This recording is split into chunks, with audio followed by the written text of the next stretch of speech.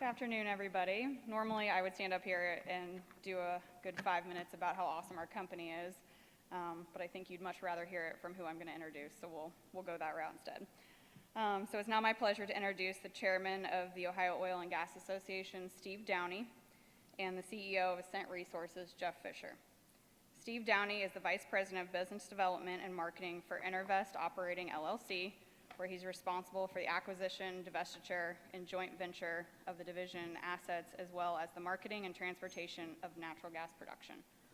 He has over 32 years of experience in the natural gas industry, having been previously employed by Chesapeake Energy Corporation, its predecessor Columbia Natural Resources LLC, and Columbia Gas Transmission Corporation, having served in the areas of finance, strategic planning, marketing, customer service, land, and divestitures.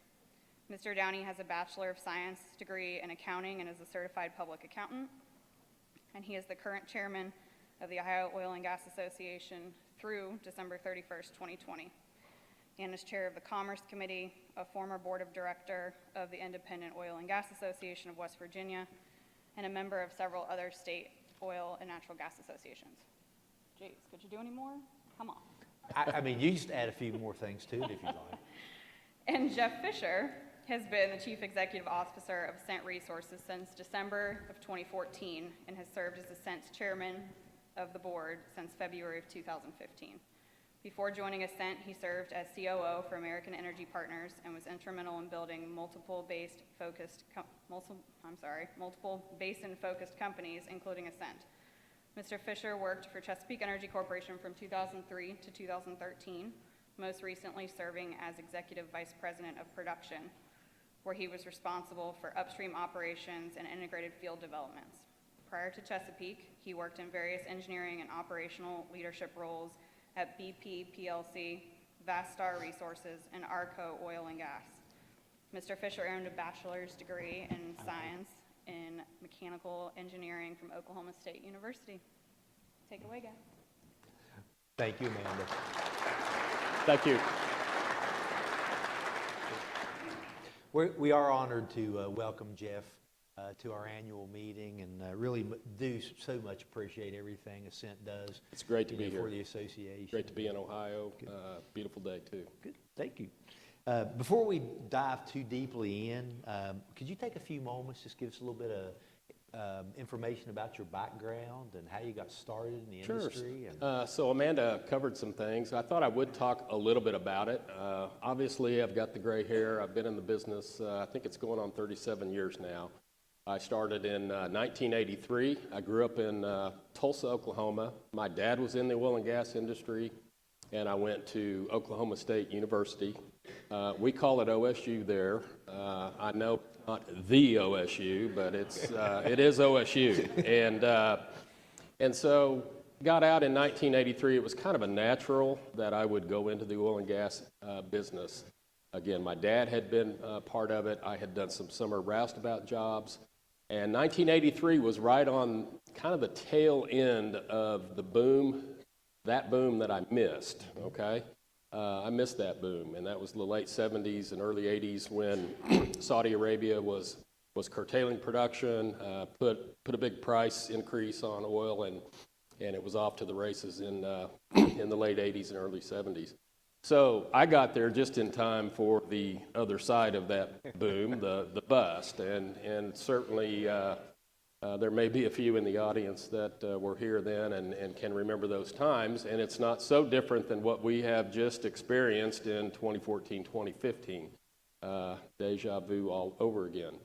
But it was an interesting time. I started my training with Arco. I was an engineer, had a one-year development plan, and then I went out to the field engineer, and it was in north central Oklahoma. I was supposed to go out there for 18 months. It was just kind of a rotational thing.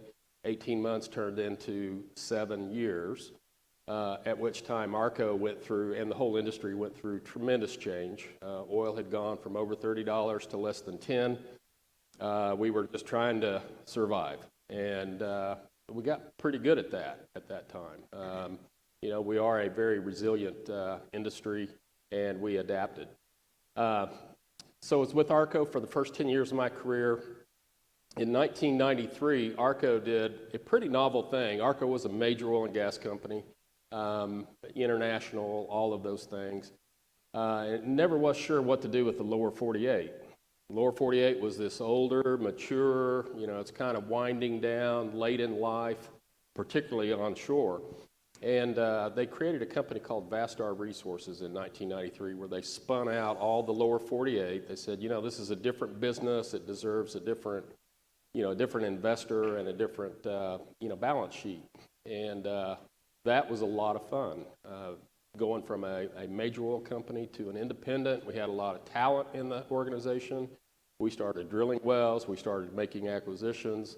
Life was good. And even though the 90s were not all that strong in terms of commodity prices, we increased the value of that company fourfold.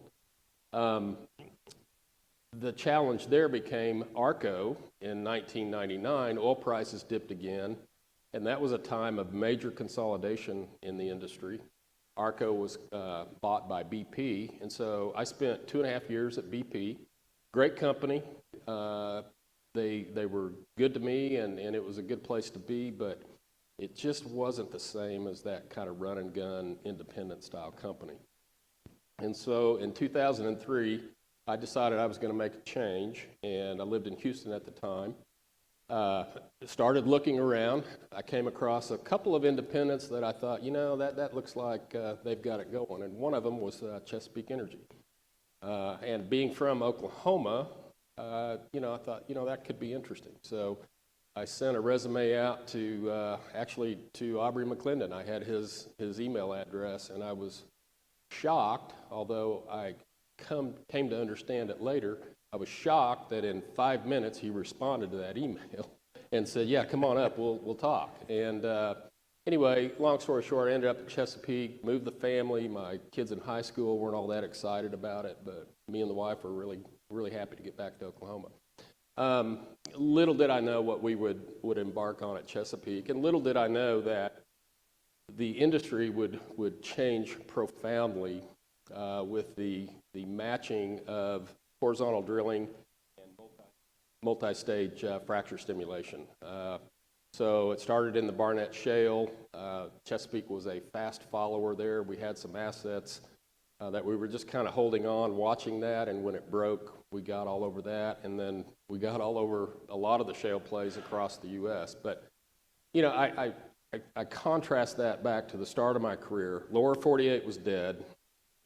People were leaving the industry. It's drying up. There's no future here, to what we have today where, frankly, the lower 48 U.S. oil and gas business is kind of the center of things at this time. So that's been very rewarding to see that. I remember in the late 80s when we were having our family, my wife and I looked at each other and said, we are never going to let our kids go into this industry.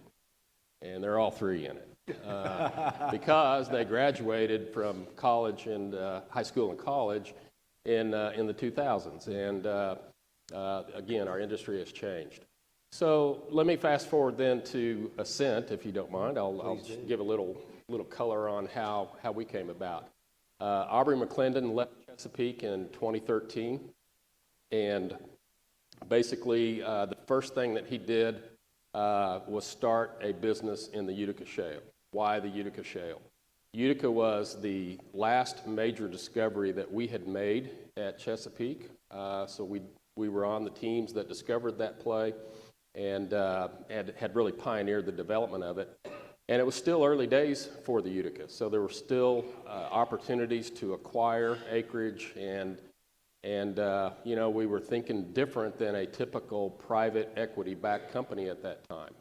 It was, how can we do what private equity companies do, but do it at a scale that will compete long-term in the business? And that's exactly what was done with Ascent. We started out with over $1 billion of equity capital and took that up pretty quickly up to $2 billion with a number of acquisitions that really planted us what we felt like were in the best parts of the Utica Shale. As the business matured, we again went head on into another downturn. So 2014, 2015 hit, oil prices go from $100 ultimately down to $26.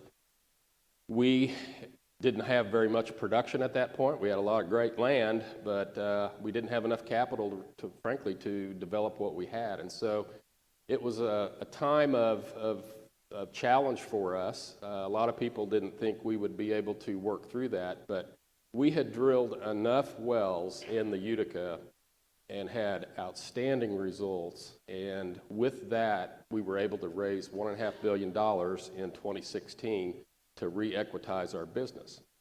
In 2017, we put that capital to work, knocked it out of the park, drilled some phenomenal wells in this play, and I think helped, amongst other operators, helped really establish Utica as a bona fide play where you could drill some of the best oil and gas wells in the U.S. So fast forward to today, we have continued to grow. We now are the largest producer in Ohio. I think it's the 7th largest natural gas producer in the U.S., but our thesis all along was to build a company that was at scale, that could compete, across the board, and we feel like we've accomplished that. Thank you. That was a great background, Jeff. Thank you. Thanks. Could you share your 2019 results with us, and what your plans are for 2020, just given the commodity environment that we're currently in? Yeah, sure. So 2019 was a year we had really grown a lot in 17 and 18. 19 was another year of growth, but we were really targeting to get at a net 2 BCF a day company, a company that generated more than $1 billion a year of EBITDAX, kind of get to that full scale where we were making good returns on the original capital invested, and so we were very successful with that in 2019. The other key thing, though, and maybe most proud of, is that we had seen what was going on, obviously, in our sector, and capital is scarce. Investors have really pulled in. It's been a time in our industry where we have continually oversupplied the market. That's led to weak commodity prices, and that has led to a lack of returns. And so it was our plan to get to what we now call free cash flow. That's the big thing right now, by the end of the year, and we were able to do that in the fourth quarter. We had a great fourth quarter. We were well hedged in 2019, and so our results were really strong. And yet, as we now go into 2020, I don't have to tell too many in this room that it's pretty challenging out there where commodity prices are and also where capital markets are. That's almost even the tougher thing right now. And so free cash flow positive is the place to be for companies.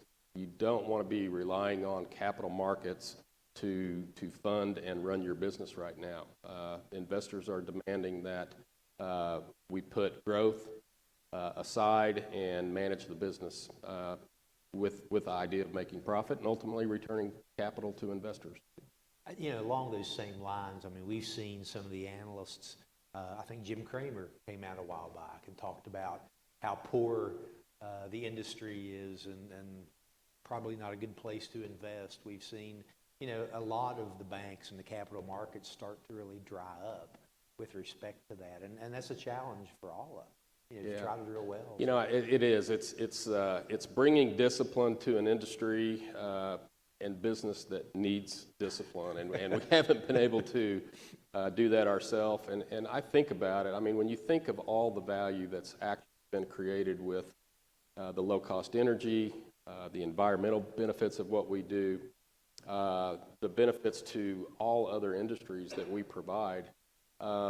And yet we're not generating those returns in our business. We've just continually lacked a balance of supply and demand. Demand growth has been phenomenal, but supply's been just a little bit more phenomenal. And that's been a recipe for not very good returns when your commodity prices are running away from you. So I think that's it's a good thing for our industry right now to have to be self-reliant and to curb that growth and really focus on generating returns. Does Ascent strive to differentiate itself in any way from other operators?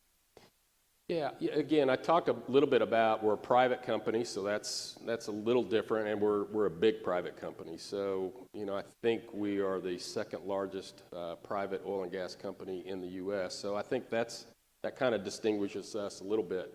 In terms of what we focus on, I don't know that it's that unique, but the thing that I think is one of our trademarks is operational excellence. We've got a team, it's the best operating team I've worked with in my entire career that can really make things happen operationally. And at Chesapeake, we ran 170 rigs at one point. It's not about how many rigs we're running, it's about efficiency and operational excellence. And I think that's what it takes to compete today, and that's one of the things that we want to be known for. We also want to be known for financial discipline, and we are trying to generate returns and trying to run our business the right way. So I think in that way we are trying to distinguish ourselves. We also have a lot in common with other operators, and so when you start to look at the greater good that our industry provides, you start to look at environmental health and safety. I think on those aspects we're all together, and I'm very proud of how the industry has performed on that. You'd mentioned earlier that your focus is solely in Utica, right? Given your vast operating experience and the companies and the things you've done in the past, I mean, how do you feel like Ohio is as far as a state to work in, and what do you see as the strengths and weaknesses? So we continue to love the Utica Shale and love operating in the state of Ohio. When I moved over full-time to run Ascent, I wasn't sure how I would respond to a single play company. I had been so used to multiple basins and kind of the optionality that creates. But in Ascent, I've become more and more convinced that the single play focus has really worked well for us. It's what we do. We focus on it every day, and I do see that we have been able to elevate things to a higher level with that focus. The other great thing about the Utica is it's kind of three plays in one. You've got a dry gas play, you've got a liquid-rich play, and you've got an oil window, all in the same play, all in the same basin.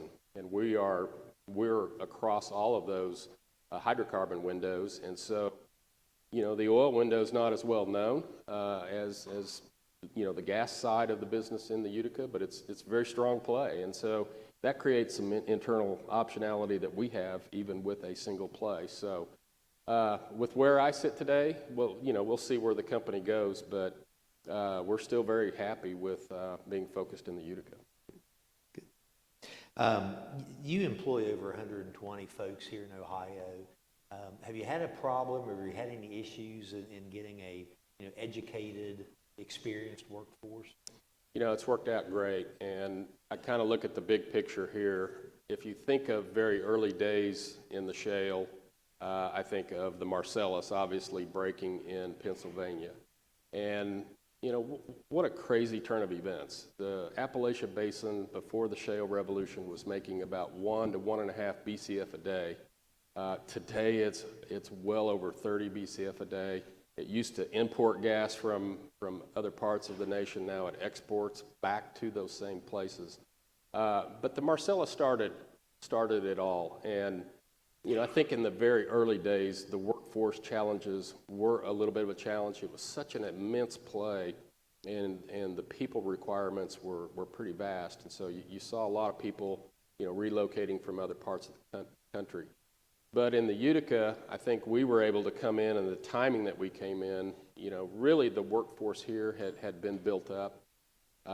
We've got a lot of employees that are from Ohio and local communities. In fact, the vast majority.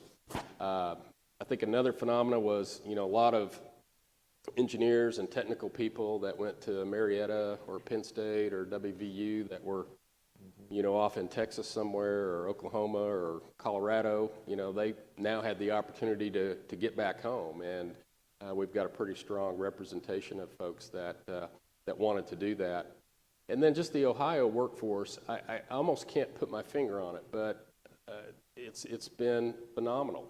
We, again, hire most all of our employees locally here, and the technical schools, and just the background in industry, hard-working workforce, a lot of commonality with what we think Oklahoma is about, and I see a lot of comparisons there, and so it's really been a good thing and pretty easy for us, I think, to develop a great workforce. Good.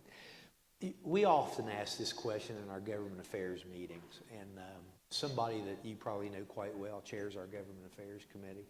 And but what can the association do? I mean, certainly given this commodity environment that we're currently experiencing, but what can we do to help increase the efficiencies and the profitability for operating in Ohio?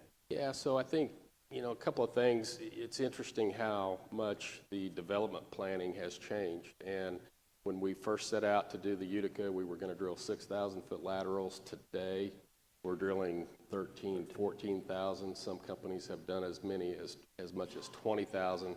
So the longer laterals, being able to put units together, being able to lease and transact on all the tracks that exist out there is at a premium. And I think we've been able to operate for the most part with that. But I think today we're coming upon some times where there are state lands that could be brought into that, generate value for the state, and also help operators to continue to operate efficiently in the play. But bigger picture than that, we're very proud to be part of this association, and really proud to be part of the state of Ohio. We found the regulatory environment here to be very fair, very supportive, and also doing their job. And so it's good people and good regulation, I think, that has worked out very well. There's always going to be some modernization that comes with a new type of play, and I think there's still some opportunity there for us all to work together and help operators develop more efficiently. Good, thank you for that. Certainly, it is a difficult time for our industry. What are some of the trends that you are seeing, because of that? Sure. I think the big trend, and you see it every day with companies, particularly in the public realm, and even as a large private, we're no different, and that is the demand for returns and demand for financial discipline, demand for free cash flow. So I think you see a lot of companies that are operating under that. You've seen activity soften a little bit. Hopefully it will kind of level out here. And I think the cure for low prices is low prices, and we'll start to see the production level out and hopefully create a better supply and demand. But I think that's a trend. There's also a trend, or at least ideas of additional consolidation in the industry. I think in the Permian Basin in particular, you've seen some recent consolidations there, and there are a lot of companies. There's 400 plus rigs in the Permian, and so I think that's an area that is still yet to play out. I think if you go back to the 1990s in a period of low prices, that stimulated a lot of consolidation, and I don't think as an industry or as employees we need to necessarily fear that. I think it's a natural evolution of the business, and so we'll see how that plays out. Okay, good. What has Ascent done to increase its operational efficiency? Again, probably the big thing that we have done on the operating front, Keith could list a bunch of things, but at the highest level, it really has been extending laterals. Again, 6,000 to now 13,000 foot laterals. There's been a lot of new technology. There's still new technology coming into our sector today, and many of you who are with service companies and work with us, there's still a lot of innovation going on. Different ways to drill the wells, different equipment to drill them, different ways to stimulate the wells, and so a lot of little things that kind of add up. We had a big breakthrough last year on the completion side where some equipment has been invented to where you can reduce the number of connections that are made on stimulating wells it's safer, it's turned out to be more efficient and ultimately cheaper for the operator, and it's a good thing for the service provider as well. So a lot of things like that that continue to help the business. Continue to evolve as It does. we go through. Yeah, it's surprising a little bit to me, maybe not, but you think about the increase we have seen in exportation, through LNG, and even the pipelines, to Mexico. Those are at the greatest levels we have ever seen. We're seeing we're at least 30% of the generation stack now, which is an increase. But it still seems at times to surprise me that we are so weather dependent. We're Yes. coming off this, unbelievable warm winter. Storage is jam packed. Obviously, it's just an interesting phenomenon. I think that So weather. we're still so weather driven. Yeah, it is.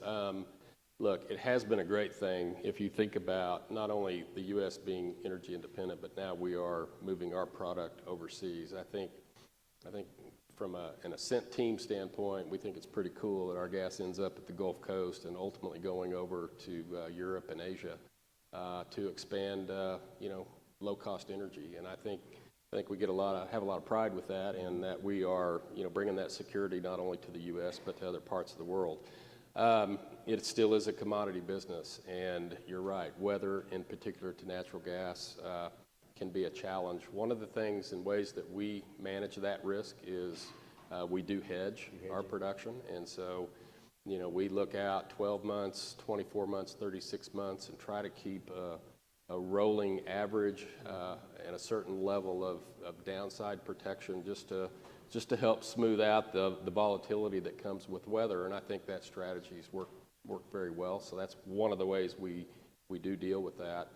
And again, we have just we've been a bit of victims of our own success in terms of how outstanding these plays are, and the financial discipline, I think, will add a lot to bringing that supply and demand into better balance. Good. An industry trend certainly seems monetizations and consolidations. I mean, what do you think that really means for Ohio? Yeah, look, I think there's a lot of talk, and there's stress, there's financial stress in the oil and gas industry right now. So I think each producer, each operator kind of has to work through what that means for them. And when you talk about consolidation, certain things can't really happen until the underlying businesses are really in a good spot. And so I think that's first and foremost what you'll see people concentrating on here. In terms of the bigger picture consolidation, it's kind of interesting. The majors, if you think Exxon, Chevron, and a few others, Shell, have really focused on the Permian, but the majors haven't really focused on the Appalachia Basin.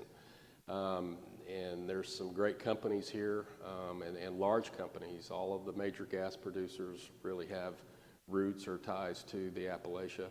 But I think we're all kind of in a situation right now where, working on the balance sheets, working on our efficiencies, and generating good returns is really the priority. And then, longer term, we'll see what might happen with consolidation. But we'll see.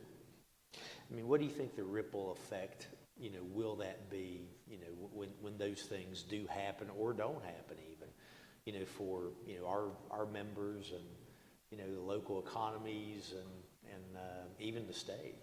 Well, so let's talk about what's already happened. I think we've seen the rig count go down a fair amount here in Appalachia. I think we're somewhere in the 40 to 45 rigs today. Yeah. It had been as high as 70 and 80 not that long ago.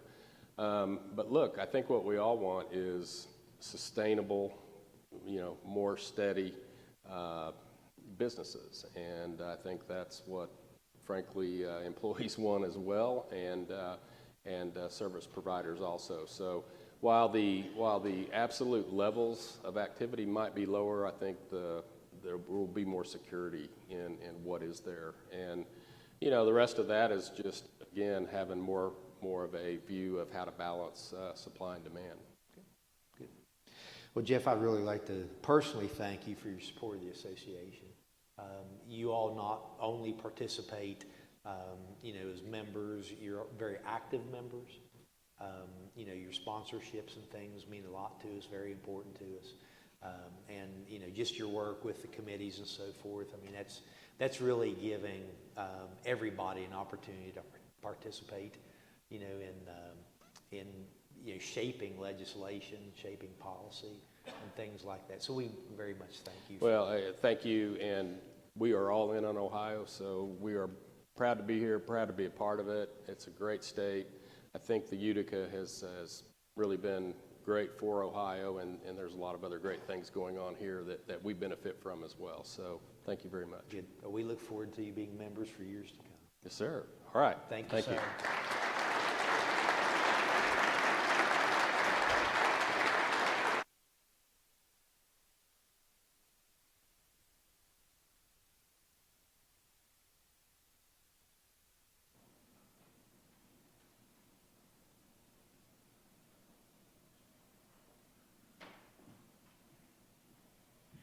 All right, thank you, gentlemen, for that very insightful discussion.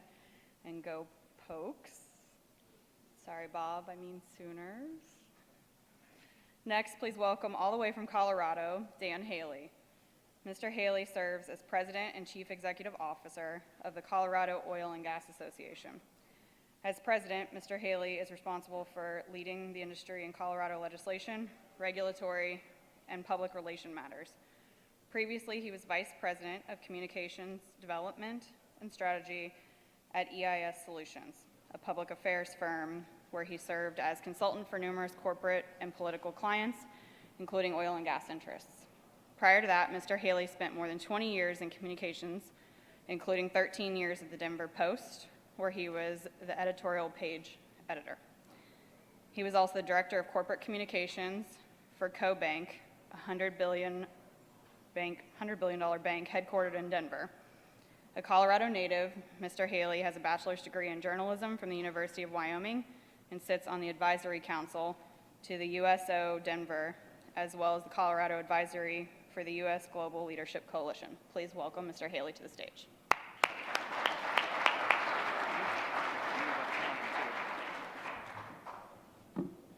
Good afternoon. Thanks for having me out. It's a pleasure to be here in Ohio today to talk a little bit about what's been going on in Colorado. If you've seen the news of what's happening out there, we have been ground zero for activism in Colorado, ground zero for the political fight over oil and gas, and certainly at times an aggressive regulatory environment. So I'm hoping to talk a little bit about some of the lessons that we've learned along the way over the past 10 years, maybe offer some advice of things that we've seen that hopefully you can avoid here in Ohio, and really talk a little bit about the changes that we have seen, and to know that change is coming. It's coming to our industry, whether you're in Ohio or Texas or Pennsylvania or in Colorado, and it is coming quickly. I think that is the one thing that as a society we can all agree upon these days, is that change is frenetic and it's happening whether you want it to or not, so it is best to prepare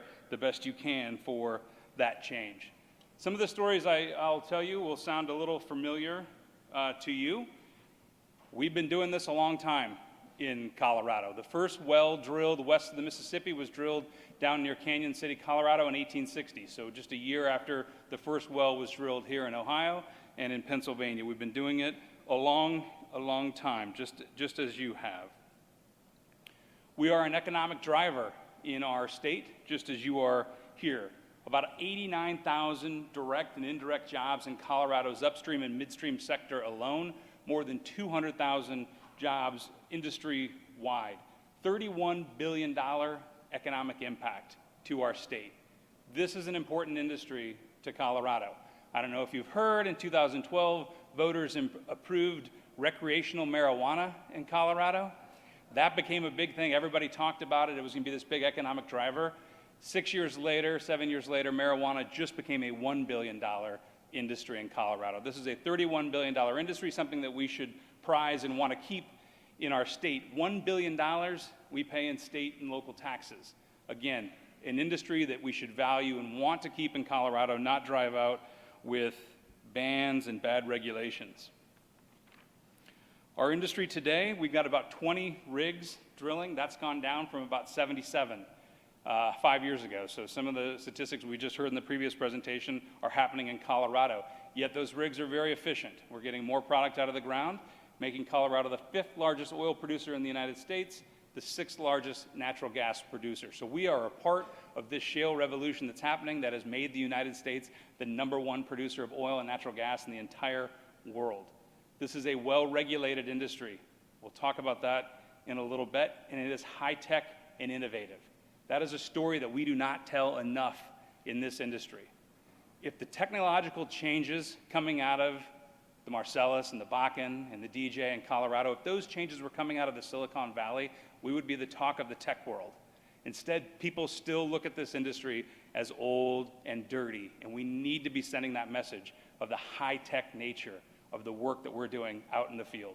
It is an evolving and nimble industry in Colorado, and yet we're stuck in the political crosshairs and targeted by a very aggressive activist community. I'd like to start with this slide. This was a quote that was given 10 years ago by a guy who was county commissioner in La Plata County. He was working for Earthworks when he gave this quote. And he told us exactly what they were going to do. This is going to be a bar fight. This is a street fight. This is a back alley fight. And you've got to fight it in any way that you can, any tool you can use, whether it's bans on drilling, which we have seen, whether it's local regulations, which we have seen, whether it's severance taxes, which we continue to address in Colorado. You've got to put up as many obstacles you have to make it as difficult as possible for them to develop. So he laid out a roadmap for us 10 years ago, and we were largely unresponsive to these threats, mainly because we believed in what we were doing.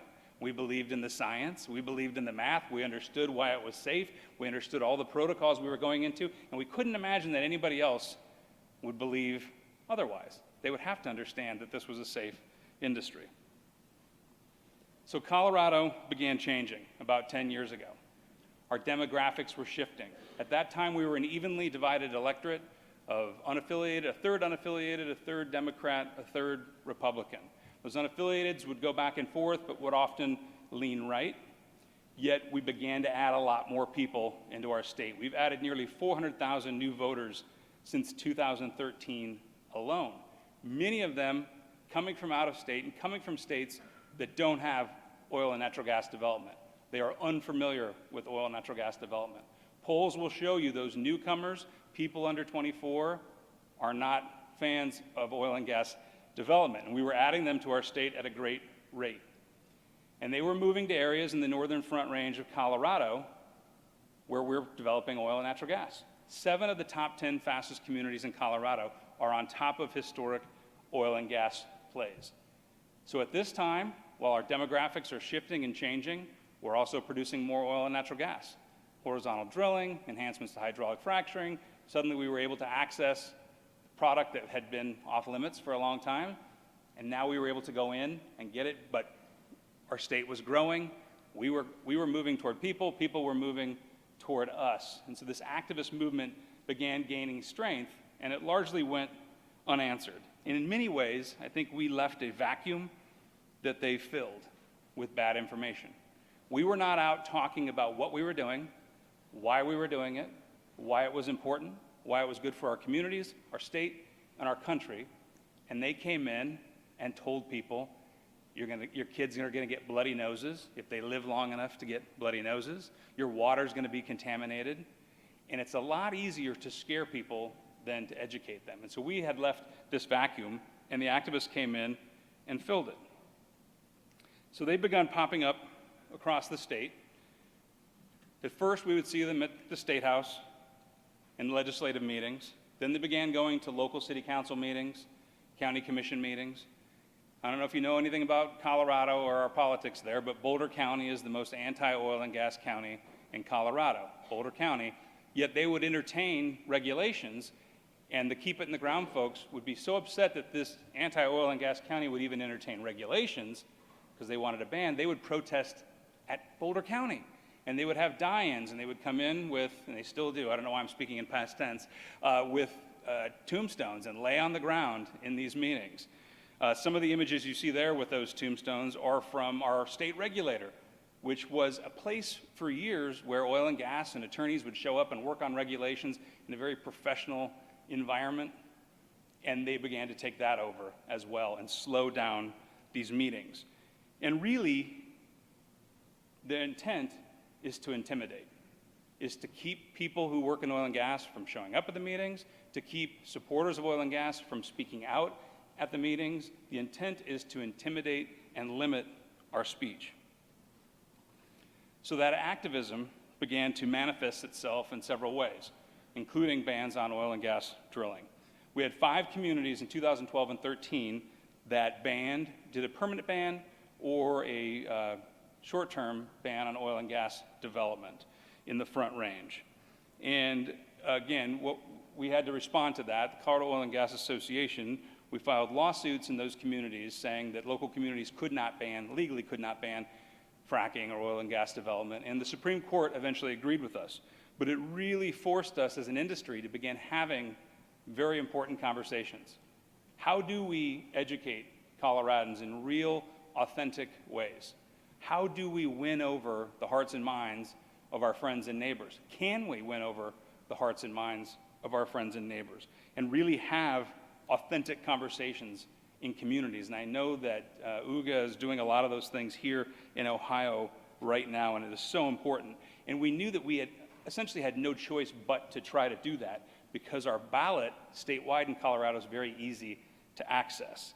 And so we were worried that we would have a statewide ban on fracking on our ballot. So we knew we had to go out and educate and really work to get Coloradans informed. So some operators in Colorado created 2 groups, Coloradans for Responsible Energy Development and Protect Colorado, which were meant to educate Coloradans about what we were doing, why it was important, why it was clean and safe, but then also to fight any ballot initiatives should they make it. In 2008, because our ballot is fairly easy to access, we ended up with a 2,500-foot setback on the ballot called Proposition 112. Proposition 112 was put on the ballot by a small number of activists with more than 90% of their money coming from out of state and Boulder County. So one county in Colorado and out of state money dictating how the rest of us live in Colorado. That 2,500-foot setback was not just from the wellhead to the nearest occupied structure. We currently have a 500 and 1,000-foot setback in Colorado. It was 2,500 feet from the entire oil and gas facility to the nearest occupied structure and waterway and riparian area and ball field and amphitheater and underground water resource and intermittent streams. So suddenly, out in the middle of a rural county, we needed to be 2,500 feet, our entire facility, away from a dry creek bed. A very extreme, rigid measure that they tried to cement into our state law through a ballot initiative. The red that you see on the screen here are areas that are off limits to oil and natural gas development in Colorado should this pass. So essentially 94% of the top 5 oil and gas producing counties in Colorado, and the majority of our oil and gas come from 5 counties. Those 5 counties, 94% of them would be off limits to new drilling had this passed. Within 12 years, 147,000 people would have lost their job. And the interesting thing about that, 77% of those people were from outside of our industry, showing the impact that our industry has in Ohio and in Colorado and Texas beyond oil and gas. For every 1 job we create in Colorado, 4 or 5 are created elsewhere in the economy to help support that job. So it was important that we go out and make sure that we were prepared for this fight. So CRED and Protect, I'll talk a little bit about some of the campaign work that they did. From a COGA standpoint, one of the first things we had to do was ensure that the more than 100,000 people who work in this industry knew exactly what was at stake. We created these, it's an image there of these, we called them civic engagement toolkits. Before this ever even made it onto the ballot, we created these, and I think we distributed 4,000 of them to companies with information about what was at stake and what you could do about it. Information on how to register to vote. We couldn't assume that everybody was registered to vote. We needed to get this information out. And again, one of the interesting things that I found, was that our companies are diverse, and we've got people who work in HR and IT and all these places, and they don't know all of the things that are happening in the field, and the technology and the innovation. So we needed to make sure we were giving people information so they could go out and talk with their friends and family about why this was an important industry to Colorado, why these jobs matter, and why it's a good, clean, safe industry. We held lots of rallies for employees, really wanted to find ways to just get them engaged. Our employees had a lot of pent-up nervousness and energy. We had volunteer nights. We wrote postcards. More than 90,000 postcards were written to persuadable voters from oil and gas employees saying, my job's important, please protect my job. We sent out text alerts. We did what I listed as employee-driven videos. Very cheap, just grab your iPhone, say that you're Colorado Oil and Gas. We pieced them all together, very just grassroots, authentic, and we're able to start pushing some of those things out and giving people something to do, making sure they understood they had skin in the game. Our operators were very good about driving this message down to our vendors as well. Those people who benefit and work because oil and gas is happening, they needed to know their jobs were at stake as well. We held 2 rallies, encouraged people to register to vote, which you can do on site, gave them all the information they needed, yard signs, et cetera, had more than 1,000 attendees at each one.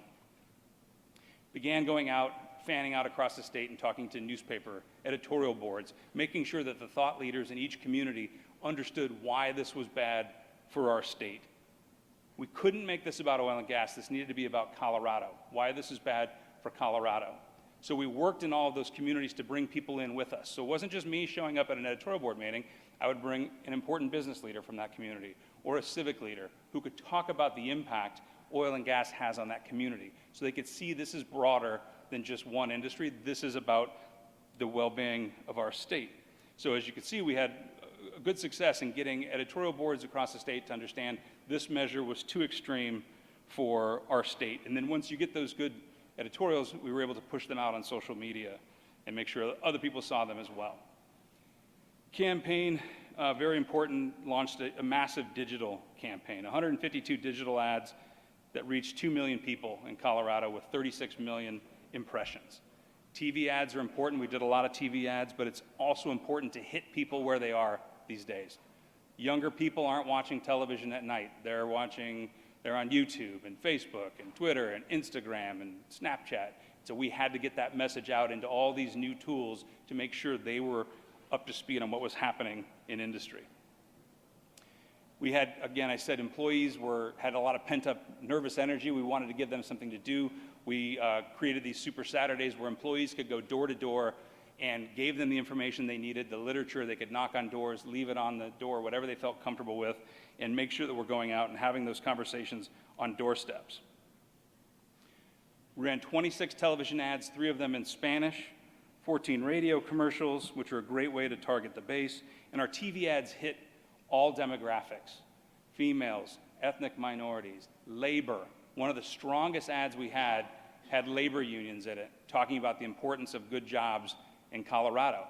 Business and labor, not often a group that you think can be together, but it was essential that we had labor targeting a certain demographic. We had an ad with John Elway in it. I know he's not terribly popular in Ohio, but he remains popular in Colorado. And it was important to have somebody from outside of industry saying, as a Coloradan, this industry is important to our state, and I'm voting against it. Again, an influencer, somebody who is not an oil and gas employee saying that this is an important issue for our state. The labor union ads were huge, 90,000 postcards, 80,000 yard signs. They could not print yard signs fast enough to get them out there for our employees and their friends and families. An important thing happened throughout this whole campaign, and I think it was the fact that people like me were no longer the face of this industry. The face of the industry became the people who work in it. It was so important that Coloradans saw the faces of the oil and gas industry. They heard the voices of the oil and gas industry, their friends and neighbors. They saw them out on overpasses, waving signs. They saw them at busy intersections. They saw them on their front doorsteps.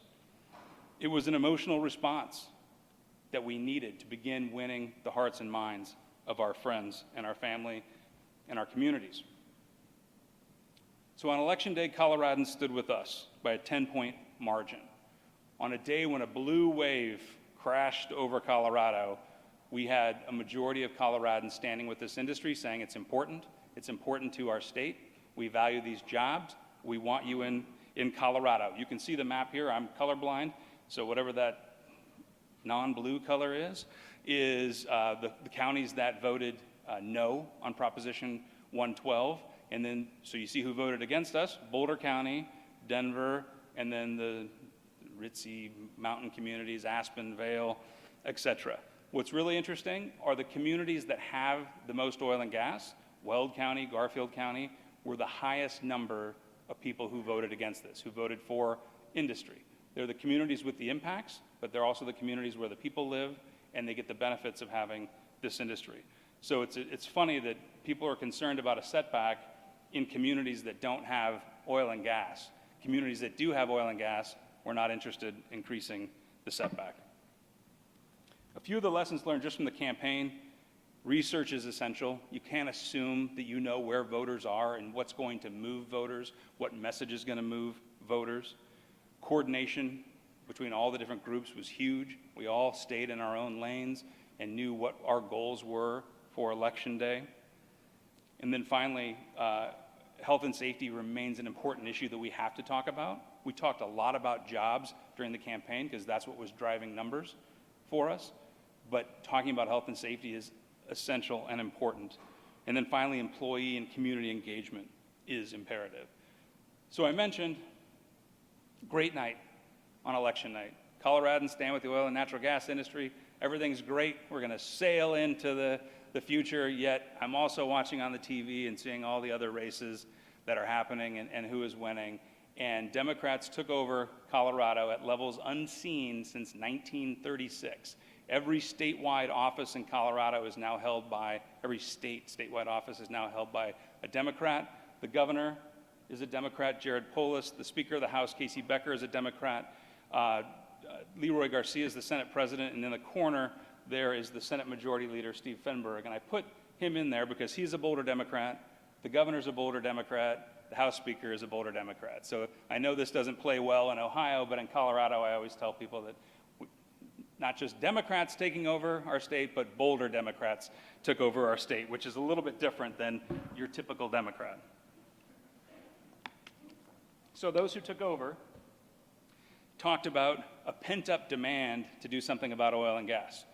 They've been hearing about people want to do something about oil and gas and do more regulations. Even though we had just had an election where 55% of the state said, we're good, we want this industry in our state, they said, there's a pent-up demand to do something, we've got to regulate. And we have, at that point, had 15 major rulemakings in the past 10 years, which I don't defy you to find any place in the country that's had that many rulemakings, but they felt we needed to do more. So 2 months into the session, and we knew they were going to do something. They talked about local control, health and safety. 2 months into the session, on a Friday afternoon, they dropped what's called Senate Bill 181, which they called the most meaningful changes to oil and gas regulations in 60 years. It granted unfettered control to local governments. It gave new powers to our state regulator to limit permits, and it set into motion massive amounts of rulemakings, which we are still doing today. It reworked our state regulatory body, the Colorado Oil and Gas Conservation Commission. They created a temporary new commission that's in place currently for a year, and then there'll be a new one that starts July 1st that's professional. But what they did was they took there was 3 oil and gas seats on this 9-member body. They took 2 of those away, the engineer and the geologist, and they left 1. So it's kind of an 8-to-1 makeup of our regulator at this point. And they said it was all in the name of health, safety, and welfare of Coloradans, protecting the health, safety, and welfare of the environment, wildlife, and Coloradans. When we all know in this industry that everything that we do every single day is to protect the health, safety, and welfare of our employees and our communities and our neighbors. If you really care about health and safety, I would imagine that you would leave the geologist and the engineer on this commission. If anybody knows where to site wells so you can do that in a safe and healthy manner, it's those people, but they removed the science from that commission and set into motion a full series of rulemakings, which I'll talk briefly about. Too soon to know the full impact of this, but we have seen state permits cut in half in our state, which has been difficult for the investment community or investment environment, certainly.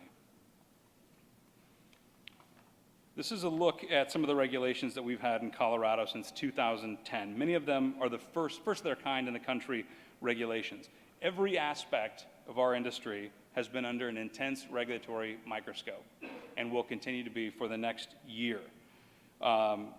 We began looking after 181 passed at what California had passed, figuring some of those things were coming to us. I offer this as a potential glimpse of what's coming to you and what you should be hopefully prepared for. 2014, we were the first state in the country to monitor methane and continue to do more on air rulemakings. I think that's something that is coming for you, and that it's something that you should be thinking about, a potential response for methane, and hopefully maybe something that you can get ahead of as you begin to work through this process. So how do we move forward?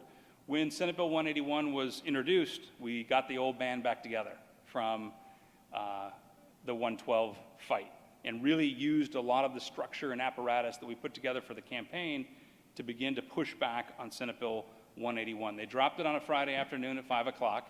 I have a media background. I know exactly what you do when you drop something at 5 o'clock on a Friday afternoon. You don't want anybody to pay attention to it. And they were going to hear this thing within one business day later, on Tuesday. And so we had a rally. We were able to organize a rally with more than 1,000 people on the steps of the Capitol fighting for their jobs, saying their jobs were important, with very short notice because we had picked up this experience during the 112 campaign. It was important that our employees got engaged again. One of the things that we found through the 112, the setback campaign, was that our employees wanted to be involved. They wanted a stake in their future. We created an employee engagement program to make sure that we continued to educate and inform, and so our employees understood exactly what was happening, what role they had to play, and what they could do about it. It's important to show up, be seen, be heard, really change the narrative and humanize and personalize our industry. Through this rally and other political efforts, we were able to get some amendments added to this bill, which was sailing through the legislature. They were approving it 2 in the morning, 3 in the morning after day-long hearings. Good government is not done at 2 in the morning or 3 o'clock in the morning, but we were able to get this to slow down a little bit and had some amendments added to it.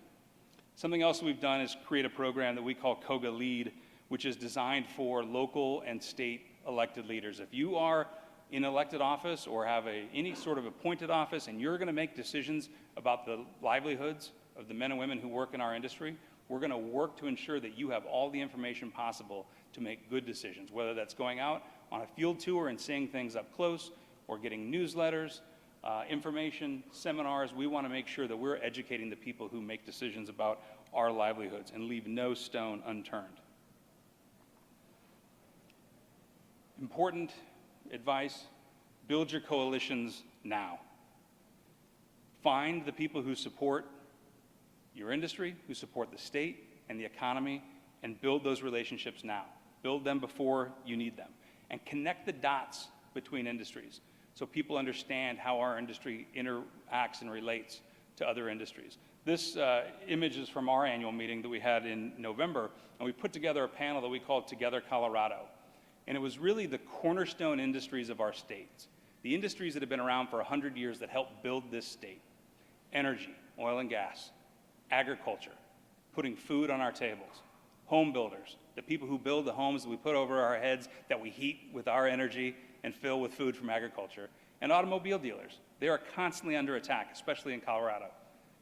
Yet they provide these vehicles that we all use every single day, that provide freedom, that get us to and from our jobs, allow us to go out and vacation and do great things. Yet all of these cornerstone important industries are all under attack in Colorado. We're either on the ballot or the focus at the State House.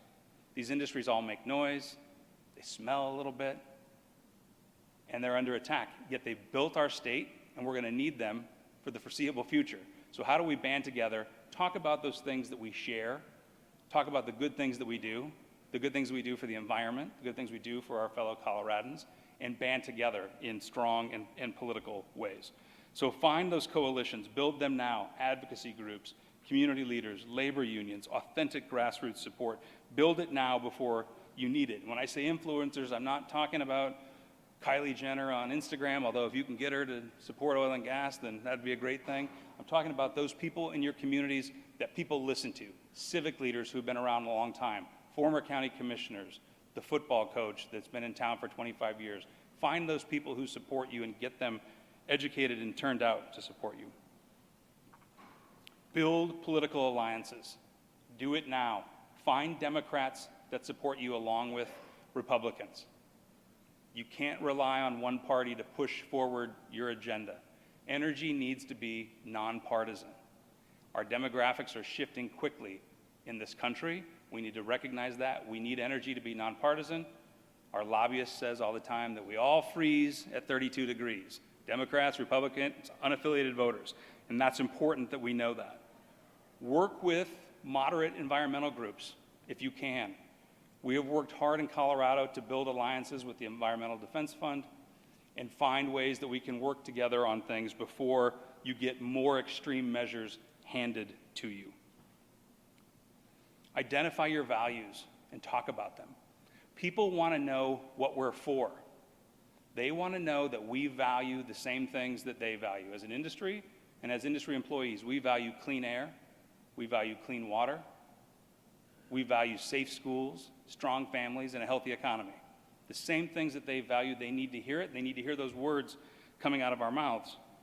This industry cares. We had operators who were giving big donations and doing all this volunteer work.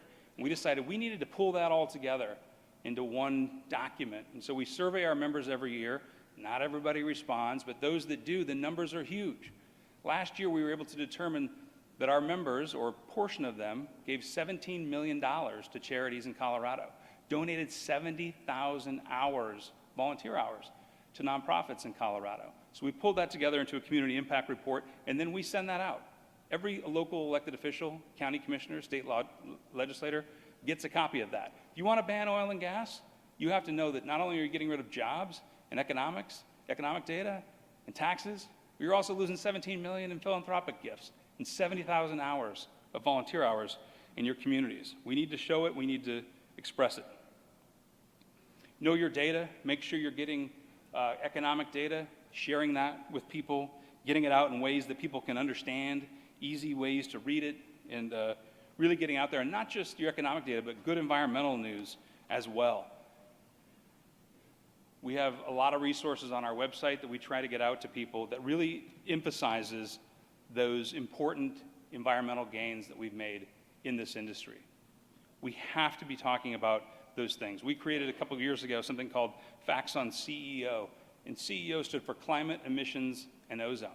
And I know we often don't want to talk about climate, but we have to. There was a New York Times story a couple years ago that looked at what people in the country talk about. They talk about climate or they talk about the weather. In Colorado, people talk about climate by a very high number. So we have to talk about it. And we have to know how we're going to talk about it, and we have to get comfortable talking about it.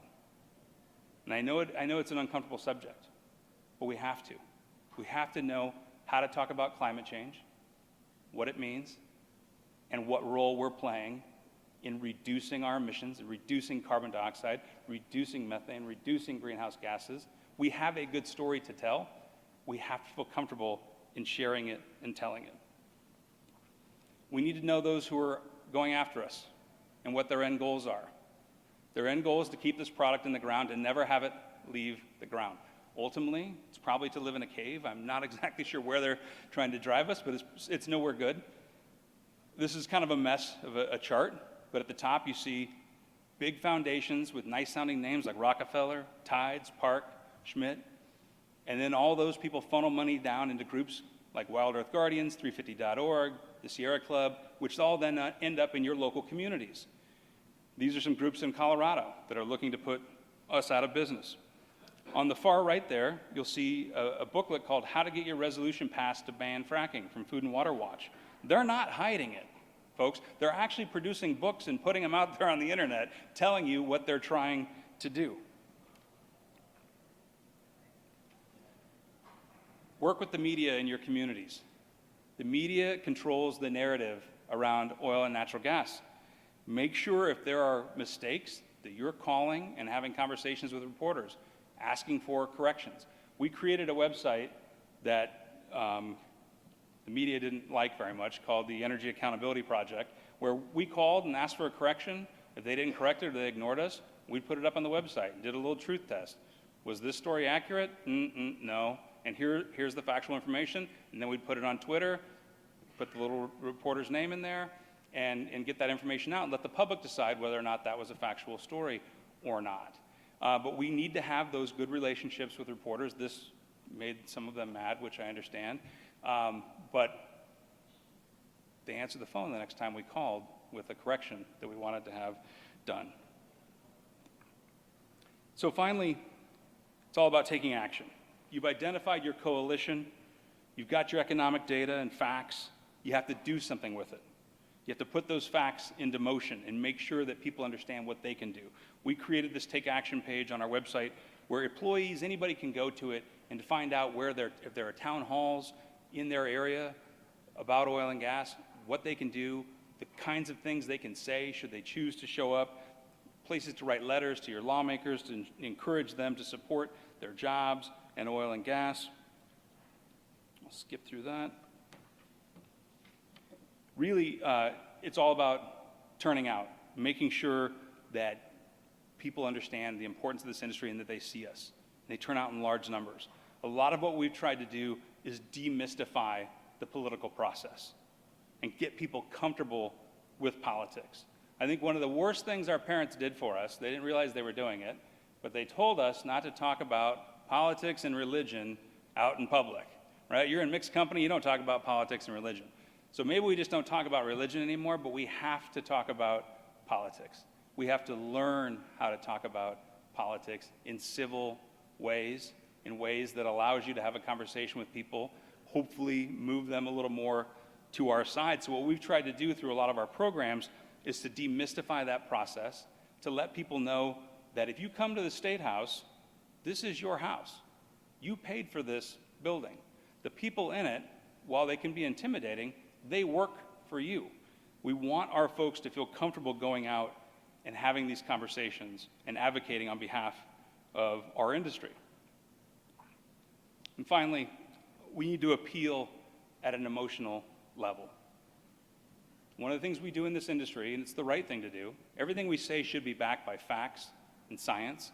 We need to have good, honest relationships and be an honest broker. So we need to have the facts and science, but always handing that over is not always going to win the argument. The people who are trying to put us out of business appeal at a very emotional level. I go back to an image from 2016 when there was a potential ban on oil and gas in Colorado, and the activists that were pushing the ban were pushing out people to sign their petition. And rather than having a pump jack or barrels of oil or something on their ad, there was just one woman standing on an open, windswept plain, holding her child close to her chest. And it said, "Come sign the petition to ban fracking." They appeal at a very emotional level. That woman was protecting her child from all of you. And instead, we turn around and we go, "Have you seen this study from Harvard that says oil and gas is safe?" We need to appeal at that same emotional level and make sure that people understand that this is about real people. This is about real families. This isn't just economic data and numbers and jobs. It's about other industries. It's about agriculture. It's about connecting the dots. It's about the underpinnings of our modern society in oil and natural gas. It's about helping to make high-tech products that make the 21st century a pretty cool place to live and connect our families, empower our lives in so many ways. And finally, it's about energy independence, keeping soldiers close at home and not relying on others for our energy. I know if anybody in the room's got a little gray in their hair, you remember gas lines. You remember what it was like to rely on other countries for energy. People younger than us have been raised and grown up in an era of energy abundance. They don't understand that. We're very spoiled in this country, and that's a wonderful thing, to be able to flip the switch on in the morning and the lights come on and the power comes on. We're going to have a better day than about 1 billion people across the planet who don't have access to reliable, efficient energy that we have. We cannot take those things for granted. We have to talk about that, make sure that people understand the importance of national security and energy security. Finally, I'll leave you with a few little lessons here. Don't get caught flat-footed. Engage your employees wherever you can. Find ways to depoliticize energy. Build relationships on both sides of the aisle. Identify those influencers. Be in the trust business. The information we're giving out has got to be good information, backed with science and data. Be trustworthy. Build those authentic relationships. Support those who support you. Build those coalitions now, and then finally, take action. You all are the first line of defense. For whatever may be moving into Ohio, the political waves that are coming in, you're the first line. You've got to be proud to work in this industry. You've got to understand the good things that our industry is doing and how to talk about them, and to make sure that your friends and family understand that as well. If we're not proud to work in this industry, we can't expect other people to be proud of how important this industry is to our communities, to the state of Ohio, to the state of Colorado, and to our country. And with that, I will leave with that. I don't know if we have any time for questions. If there's any questions, a couple minutes. Questions for Dan? Hope it wasn't too scary. Didn't want to. No? Thank you, Dan. Awesome. Thank you so much. Appreciate it.